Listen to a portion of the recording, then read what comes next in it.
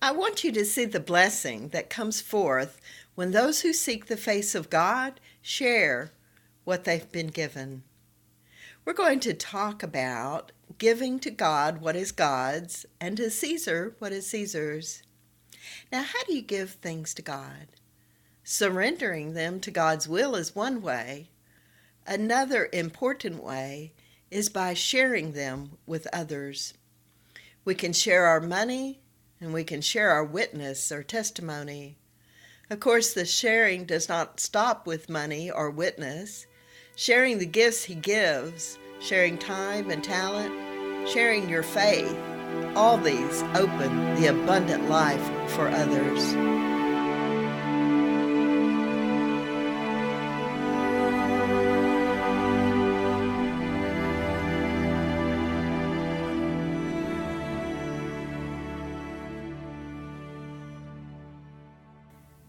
Welcome to Truth of the Spirit. Today's topic is receiving blessings by sharing the abundant life. I'm Patti Brunner. This is going to be a two-part series. In the next episode, we'll talk about the blessings that come from sharing your witness.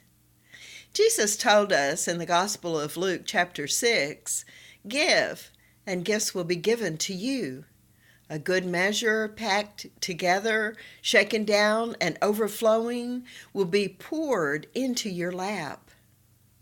The amount given is poured out, pressed down, overflowing. In the Truth of the Spirit episode, Walk Among the Needy, I talked about the disciples laying the proceeds of selling their houses at the feet of the apostles and the freedom. I shared that the fruit of Christianity is a desire to take care of the need of others. Often this opens hearts to receive the real treasure, the true bread come down from heaven, and the fullness of an abundant life. Jesus showed us the way to be generous by sharing with us the tremendous gifts of the Spirit. He gave healing to all who asked. He gave miracles and mighty deeds. And the greatest gift of all, He laid down His life for us. Jesus, the firstborn Son of God. God also gives us gifts as prime examples of the kingdom principle of seed time and harvest. We are not always aware of all that God has given us. What is sown in the dark is revealed when the day dawns. Too many think they gain riches by gathering and holding close the fruit of their labor. When you look at the lives of the saints, you find those who shared in the name of the Lord. There are many worthwhile needs in the world, yet this world shall pass away. The most important needs are those which effect eternal decisions. God spoke to us through the prophet Hosea, "My people perish due to lack of knowledge." One of the earliest lessons my mother taught me at church was to put my nickel in my envelope for the collection at Mass. Now, looking back, I realized how poor we should have been. My mom was a young, uneducated widow with 3 small children. But through the years, the Lord provided us in a prosperous manner, and she ended up getting a master's degree in teaching for her livelihood. I was fully grown with 3 children of my own before I discovered the blessings and benefits that are available to those who demonstrate their trust in God and obey Him. Jesus gives us the command, "Give, and it will be given to you." Now, the Old Testament law calls it tithing. 10% of the crops and the firstborn of all the animals were given back to God through the Levitical priest. I spent a great deal of my young adult life unaware of the blessings of seeking God's face and sharing what I had been given with others. My own awareness of tithing came some years ago when I heard my boss share a parable he had heard about a farmer. The farmer inherited some rich land in the Mississippi Delta, and he promised God a full tithe of the earnings from his crop. Before long, he became the most prosperous landowner in his county. Each season he tithed, and each year his crop was bountiful. And when he retired, he sold his inherited land at a high price, put all his proceeds in an investment, and settled back for a life of leisure. When he sold his inherited land, he did not consider tithing on the profit. He was so proud of himself and his financial security. However, something happened. His investment went sour, and he lost everything. And he went to the Lord and asked, "Why? Haven't I been your faithful servant in giving part of what I earned?" And the Lord answered him, "Yes. But what about a portion of what you didn't earn, but of what was given to you?" The parable pointed out that we should share even a portion of what we have been given, and capital gains. The farmer's mistake was the change to trusting in himself and his own wealth instead of God. Now, this story was fairly shocking to me.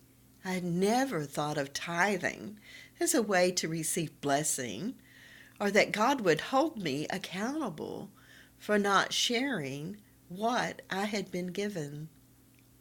My husband and I started out our marriage financially poor, but we always gave a little portion to the church, about 3% or less.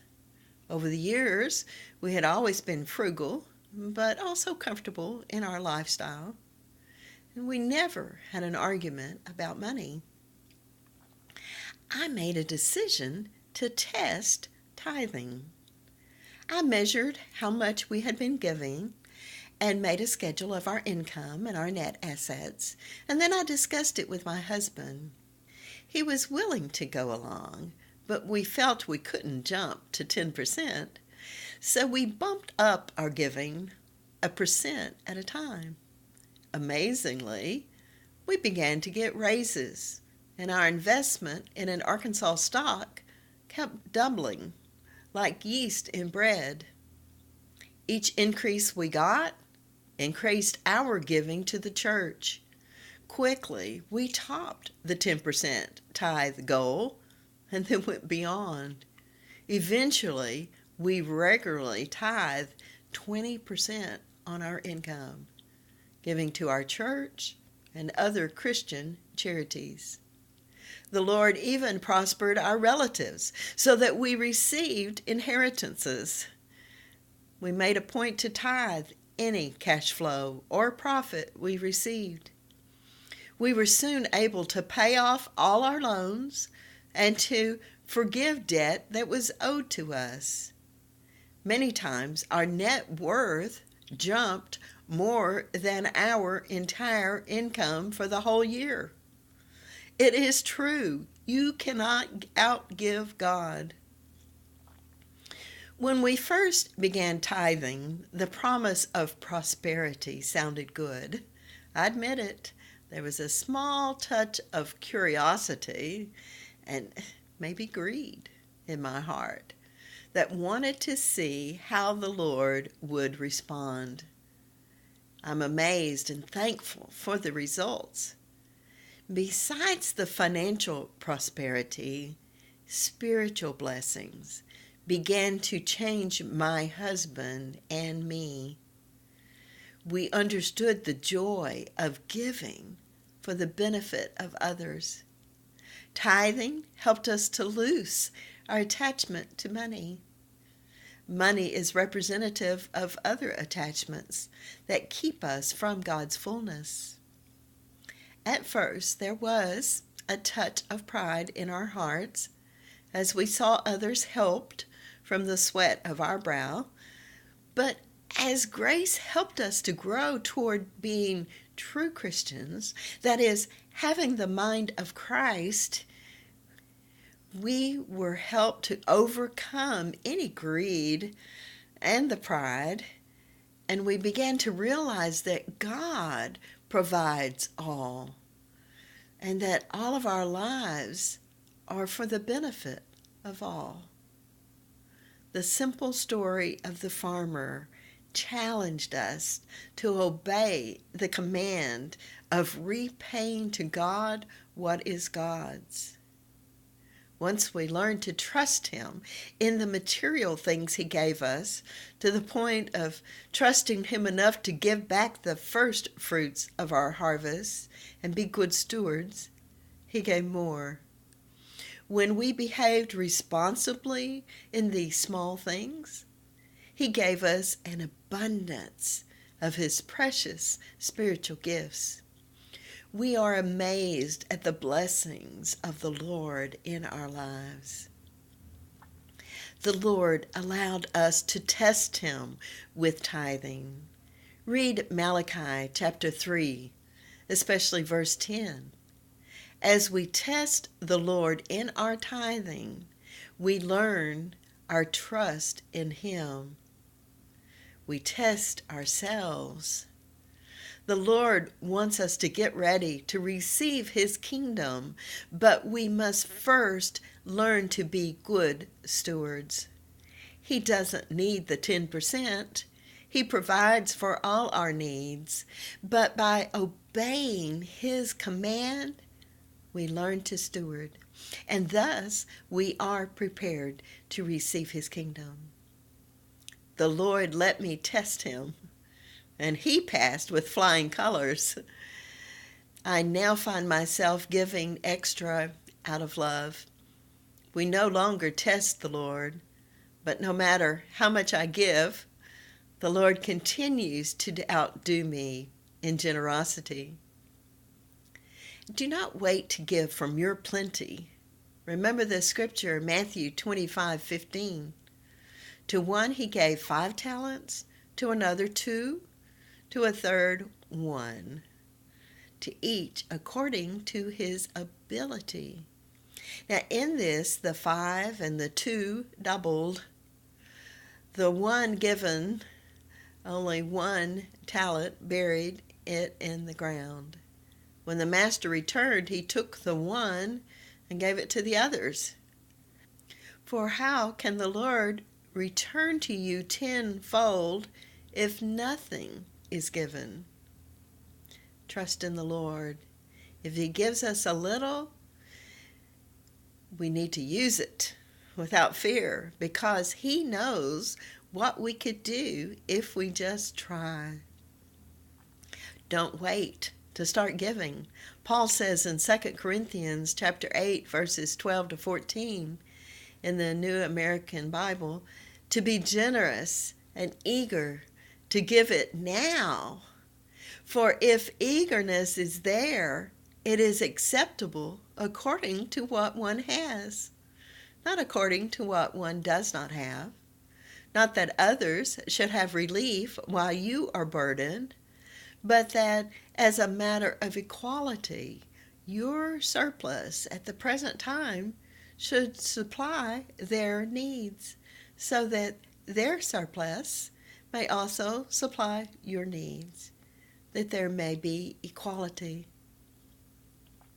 I don't remember hearing much about tithing in my Catholic education, yet my mother tithed. And in the Old Testament, at least 7 of the books talked about tithing, giving 10% of crops, animals, or money. In the early Christian church shown to us in the New Testament, nothing is held back to provide for the community. In other words, as a Christian, everything I have is the Lord's and can be used for the kingdom of God as He sees fit. In chapter 4 of Acts, we read, they were filled with the Holy Spirit and continued to speak God's word with confidence. The community of believers was of one heart and one mind, and none of them ever claimed anything as his own. Rather, everything was held in common.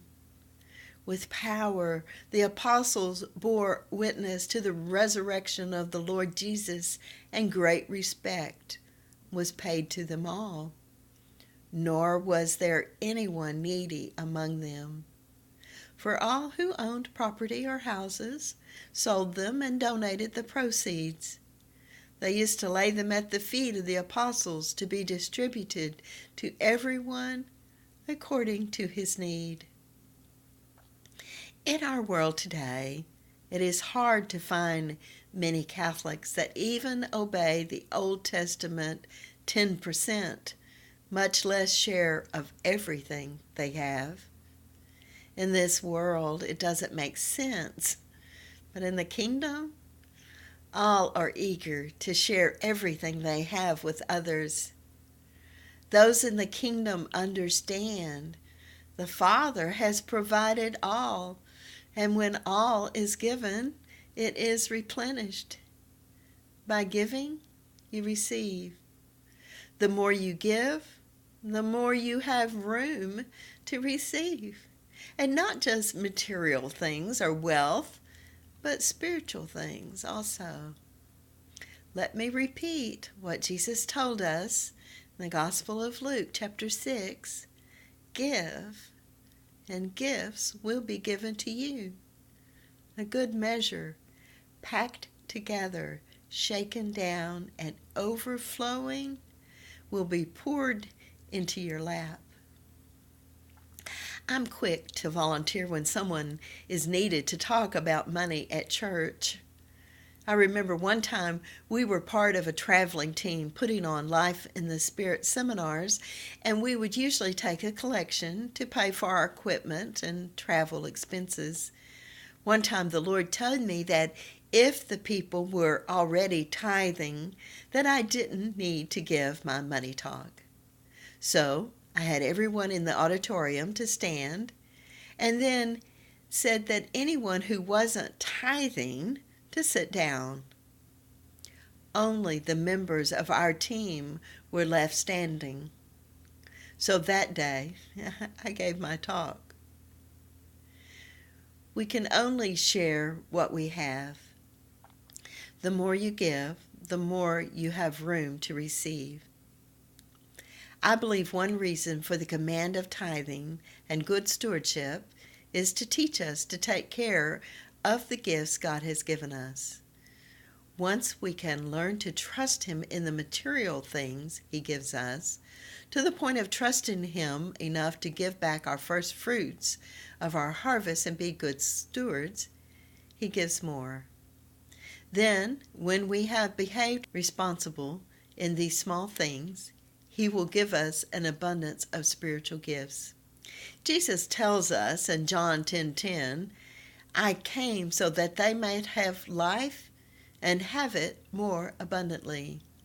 By learning to trust God, we can choose to accept everything He offers to us. Jesus tells us in the Gospel of Luke chapter 16, the person who is trustworthy in very small matters is also trustworthy in great ones. Now, material wealth is a small matter. Spiritual wealth is a great one. You've been listening to Truth of the Spirit. I'm Patti Brunner. I invite you to subscribe and come back again, because there's more. With the Holy Spirit, there's always more. Amen.